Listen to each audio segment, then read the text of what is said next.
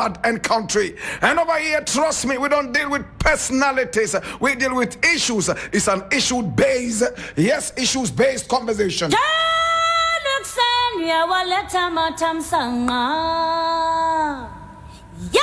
My brother, my sister, and this is the Blakk Report. And from the news reel, we keep it real.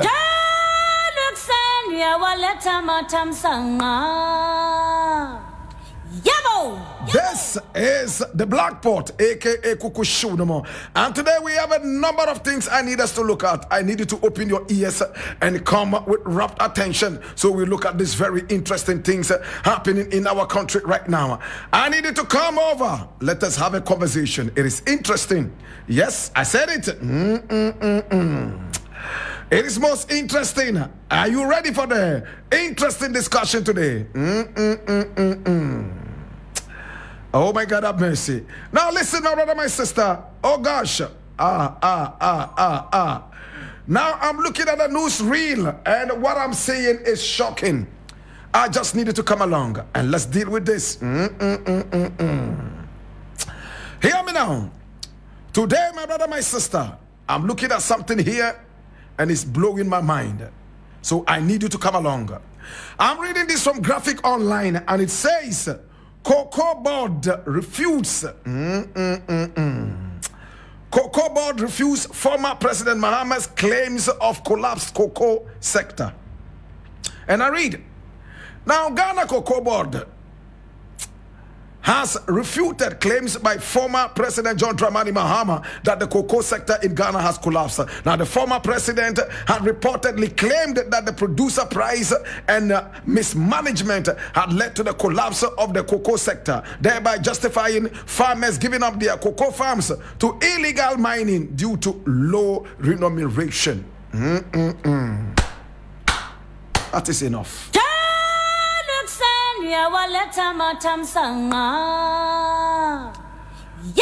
Now this is what President Mahama is saying. And what is the Cocoa Board saying in response to this? However, Cocoa Board has described such statements as misleading and detrimental to the cocoa sector, which forms the foundation of Ghana's economy. Now, the management of Cocoa Board, in a statement reacting to the former president's claim, acknowledged that Galamsey operations posed a significant danger to Ghana and argued that any attempts to justify or rationalize the conversion of a cocoa farm into a Galamsey site must be met with contempt. Now, the management of Cocoa Board also stated that the former president's statement regarding the increase in cocoa producer prices every year during his administration is inaccurate, since records available point to the opposite. Cocoa Board went on to state that the cocoa industry is not collapsing as portrayed by the former president. Ghana recorded its highest ever cocoa production volume of 1,045,500 metric tons in the 2020-21 crop season. Now, Cocoa Board continues to invest in investigations that will ensure not just the sustenance but the growth of the industry, including the hand pollination program, the mass pruning program, and the cocoa rehabilitation program.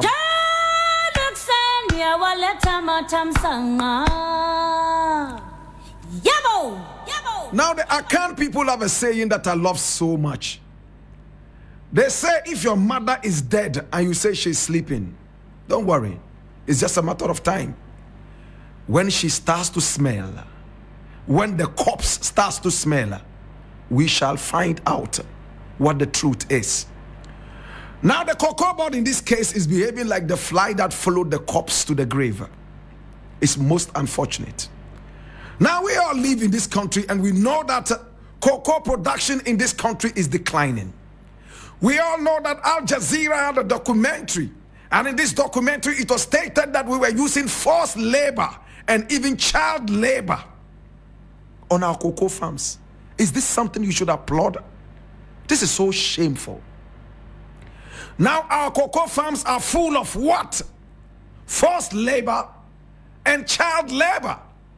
When Al Jazeera said this same minister came out and tried to ask Al Jazeera to apologize. Up till now, no apology came, and no action has been taken. You know when people tickle themselves and laugh? Unfortunately, the minister here was my lecturer at the University of Science and Technology. So I have to choose my words very carefully when I talk about this minister. My brother, my sister, now we all know that the Ghana cocoa industry is dwindling. We used to be #1 in the whole world. Now we have been overtaken by La Côte d'Ivoire. In fact, La Côte d'Ivoire has overtaken us in cocoa production. La Côte d'Ivoire is #1 in the world.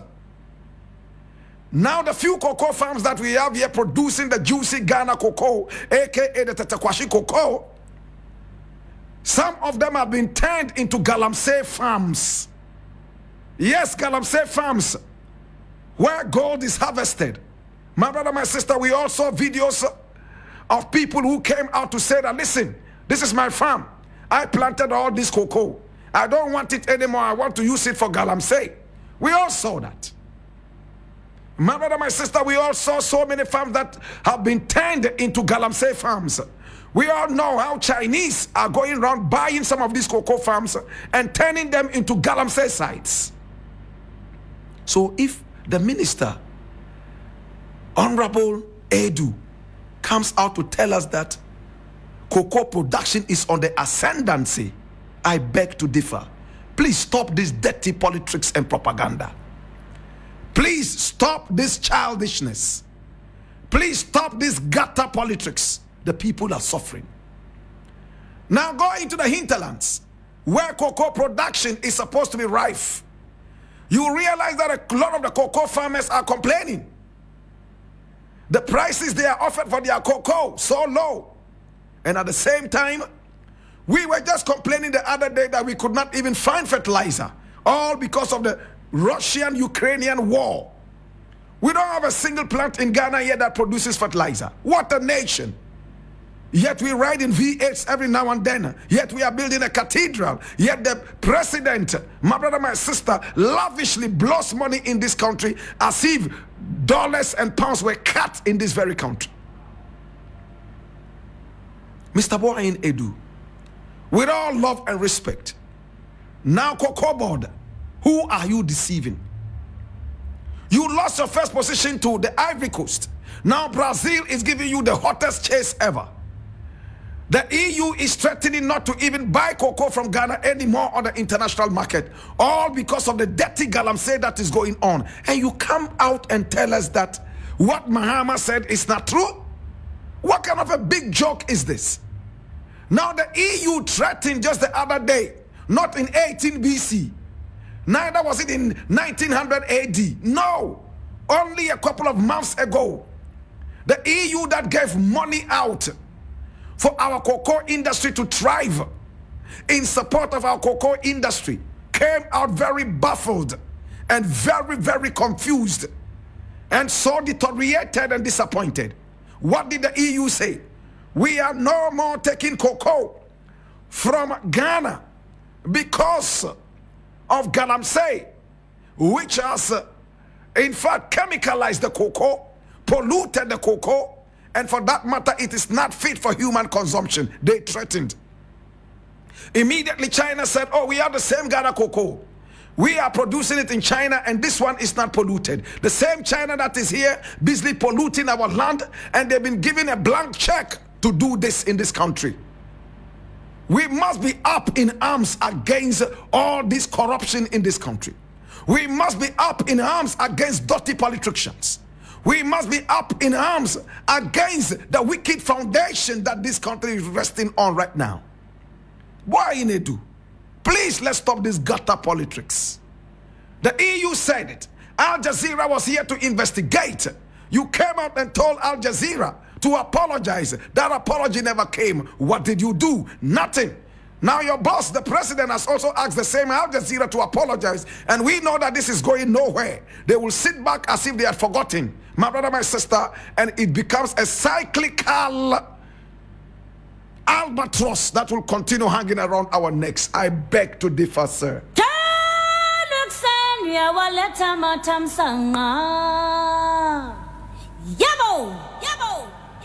Now, my brother, my sister, the next thing I want to look at is this.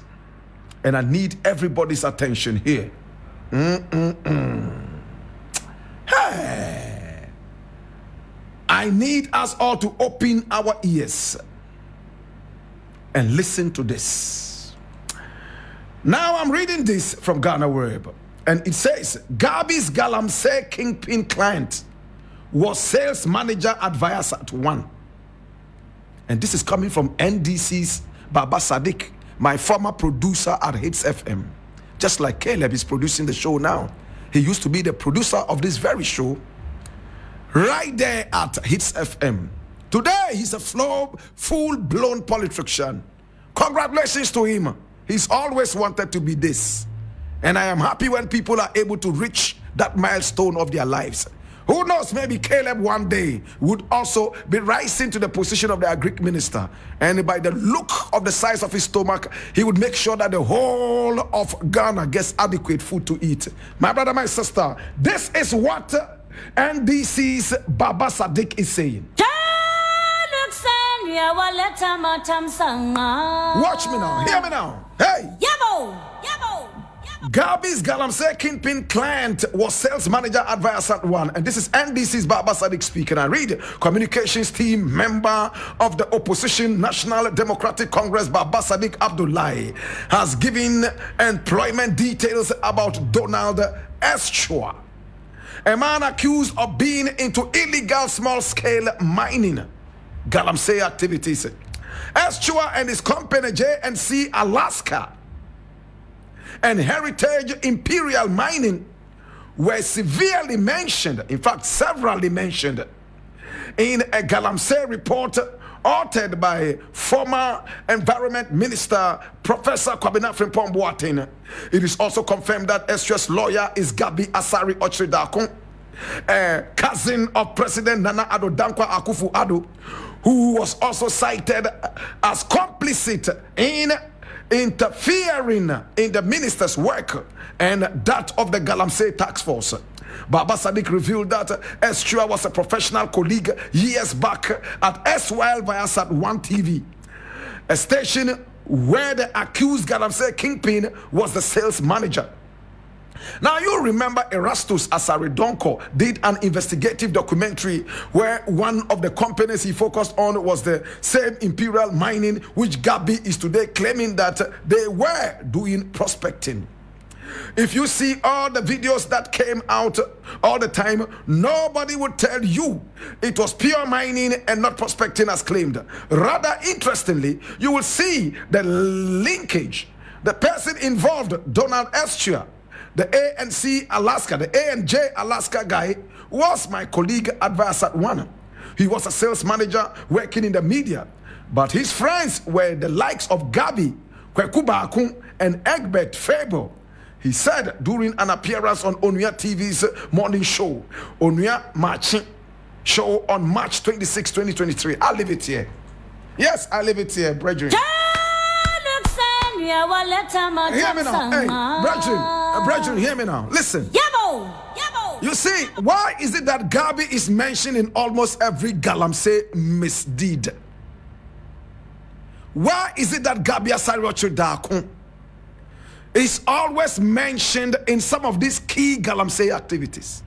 He picked up a phone and called the minister, Professor Boateng, and said, oh, my client says that you have asked for the seizure of his equipment. Please, that's my client. Any problem? And he said, yes. The man is in there doing illegal mining and destroying the land. He said, oh, but they have papers and everything. He said, yes, but they have gone beyond the jurisdiction of their permit. That is why I asked that their machines be seized. They were not supposed to be mining. They were supposed to be prospecting. And Gabi was insisting that they were actually prospecting. Today, Sadiq is also saying the same thing. That even Eschua here, one of the kingpins of A&J Alaska, the same company that was caught destroying the flora and fauna of this country and supported keenly by Kweku Bakun and Gabi Asari Ochridakun, he's tracing their friendship back to Viasat 1. When this clique were together I'm tempted to believe that some of these guys mentioned here are nothing but unpatriotic people. Gabi Asariachu Dakun holds a British passport. He is a man, my brother, my sister, who was born in Chelsea at the time that he was able to take a passport. Has he renounced that passport? Is he still holding that passport? Is that why he's not accepting any offer to be minister of this country? Does he even need it when he's more powerful than a minister? My brother, my sister, this conversation must go on. We cannot allow British, Ghanaian, Arabian people, 1 man, 4 citizenships, coming into our country to play the ostrich with us. It hurts me when I see the land destroyed like this.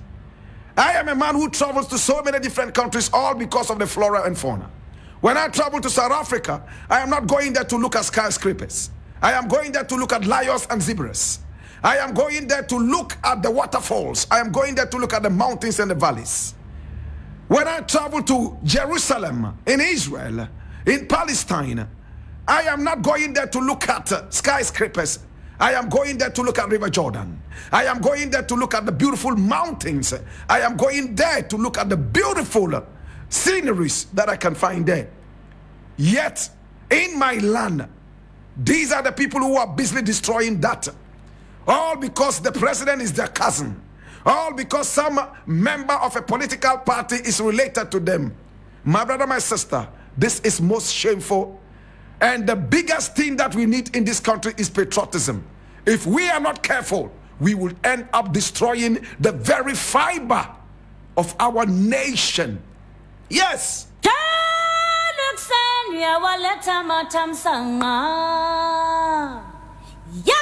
I'm reading this from Peace FM Online. I'm not going to spend time on this. It says Galamsey in Ghana is like cocaine in Mexico and Colombia.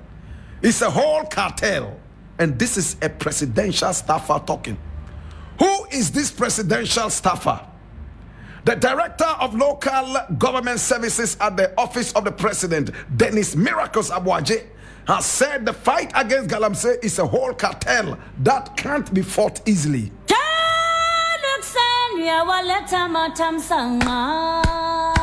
me now. Now, whoever thought that governance is an easy thing will be speaking like Dennis Miracles. Now, whoever thought that to vote a man into the presidency is for him to have a walk in the park will be speaking like Dennis Miracles. Listen, we did not vote President Nana Akufo-Addo and his ilk in to come out and tell us that, oh, this fight is not easy. That is why we are not able to accomplish a huge feat. That is a defeatist attitude. It is a pessimistic attitude. And this pessimism will never be allowed. If you cannot fight it, leave. If the kitchen is too hot, get out. And when you get out, we will find more qualified people, younger and stronger than 80-year-olds who are busily retiring, people who are 20 years younger than them. Oh, what a shame. Well, I leave it here. Mawena is in the house, and of course, he's getting ready to tell me something interesting. Mawena, how are you doing this afternoon, my brother? Blessed as always. Ah, I like your African wear, as usual. Beautiful. What's the name of your designer? Or is he a tailor or a seamstress? I think this was done for me by a woman some time back. So this was by a woman. Yeah, a close friend of mine did that.